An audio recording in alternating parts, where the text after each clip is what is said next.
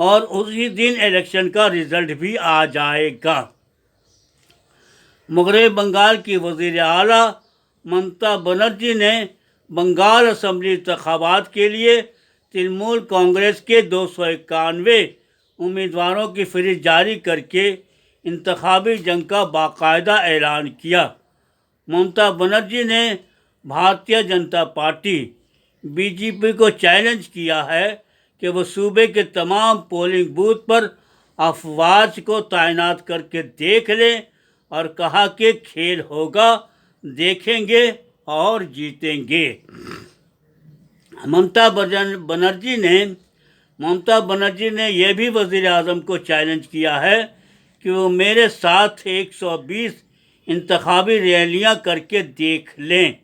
ممتا بنرجی نے BJP کے رہنما اور مرکزی وزیر داخلہ امت شاہ کو بھی نشانہ بنایا ہے، جو پارٹی کی انتخابی مہم کی حکمت عملی تیار کرنے میں ماہر مانے جاتے ہیں۔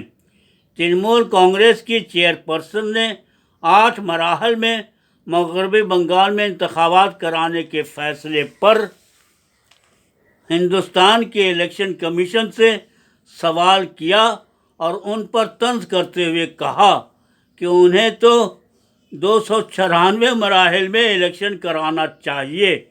ممتا بنرجی نے 8 مراحل میں انتخاب کرائے جانے کی شدید مخالفت کی ہے۔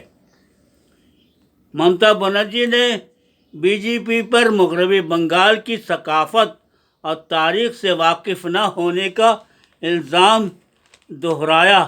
انہوں نے کہا کہ جو لوگ بنگال کی تاریخ اور ثقافت کو نہیں جانتے وہ بنگال پر حکمرانی نہیں کر سکتے۔ یہ بنگال کے وجود کی جنگ ہے۔ بنگال کے لوگ واقف ہیں کہ BJP کا مطلب بنگال کا خاتمہ ہے، تاہم BJP نے ممتا بنرجی کی زیر قیادت TMC حکومت پر بنگال کی ثقافتی وراثت کو برباد کرنے کا الزام لگایا ہے۔ دوسری طرف TMC نے الزام لگایا ہے کہ BJP نے ووٹ بینک کی سیاست کے لیے بنگالی عوام کو مذہب کے نام پر تقسیم کرنے کی کوشش کر رہی ہے۔ آئندہ بنگال کے اسمبلی انتخابات BJP اور TMC دونوں کے لیے اہم ہے۔ BJP کیرالہ کے ساتھ ساتھ بنگال کو بھی حتمی سرحد کے طور پر مانتی ہے، جہاں پارٹی اب تک حکومت تشکیل نہیں دے سکی ہے، جسے وزیر اعظم نریندر مودی اور وزیر داخلہ امت شاہ ایک بہت بڑا چیلنج مان رہے ہیں۔ BJP اور اس کے پیشوا جن سنگھ کی بانی شیاما پرساد مکھرجی کا تعلق بھی بنگال سے ہی تھا، جن کے نام سے کلکتہ پورٹ ٹرسٹ کو حال ہی میں منسوب کیا گیا۔ 2019 کے لوک سبھا انتخابات میں BJP نے ہندوستان بھر اور ریاست مغربی بنگال میں اپنی زبردست کارکردگی کے بعد اب وہ ریاست مغربی بنگال میں اپنی حکومت بنانے کا سنہرا خواب دیکھ رہی ہے۔ فی الحال ترنمول کانگریس کو بنگال میں تقریباً تمام سیاسی جماعتوں پر سبقت حاصل ہے۔ ممتا بنرجی نے ریاست میں اقتدار حاصل کرنے کے لیے 2011 میں ہونے والے اسمبلی انتخابات میں بنگال میں بائیں محاذ کے 34 سالہ پرانی حکومت کے خلاف پرجوش لڑائی کی قیادت کی تھی۔ بنگال پر پارٹی کی گرفت مضبوط ہونے کی وجہ سے وزیر اعلیٰ ممتا بنرجی ملک کے وزیر اعظم مودی کے لیے ایک بہت بڑی چیلنج بنی ہوئی ہیں۔ آئندہ بنگال انتخابات میں ممتا بنرجی کی زیر قیادت TMC کو نہ صرف BJP کا سامنا ہے بلکہ بائیں بازو اور کانگریس کے اتحاد سے بھی ایک نبرد آزما ہونا ہے۔ اس کے علاوہ سوشل میڈیا پر ایک اور خبر کافی اہم بنی ہوئی ہے کہ اس بار ترنمول کانگریس میں اردو بولنے والے امیدواروں کے نام نہ کے برابر ہے۔ ایک صاحب نے تو بحیثیت امیدوار اپنا نام دوبارہ شامل نہ ہونے پر فیس بک لائیو پر آ کر اپنا رونا رویا اور ترنمول کانگریس کو بی جے پی کی ٹیم بی تک کہہ دیا۔ تاہم میں نے محسوس کیا ہے کہ اردو بولنے والے زیادہ تر لوگوں کی حمایت اب بھی ترنمول کانگریس کو حاصل ہے، جس کا اندازہ مجھے سوشل میڈیا پر کیے جانے والے تبصرے سے ہو رہا ہے۔ اس کے علاوہ زیادہ تر لوگ بنگال کے اس الیکشن کو اس لیے بھی اہم مان رہے ہیں کہ وہ بنگال کو اتر پردیش یا دیگر بی جے پی کی ریاستوں کی طرح بننے نہیں دینا چاہتے، جہاں آئے دن اقلیتوں پر مظالم اور انہیں ہراساں کیا جا رہا ہے۔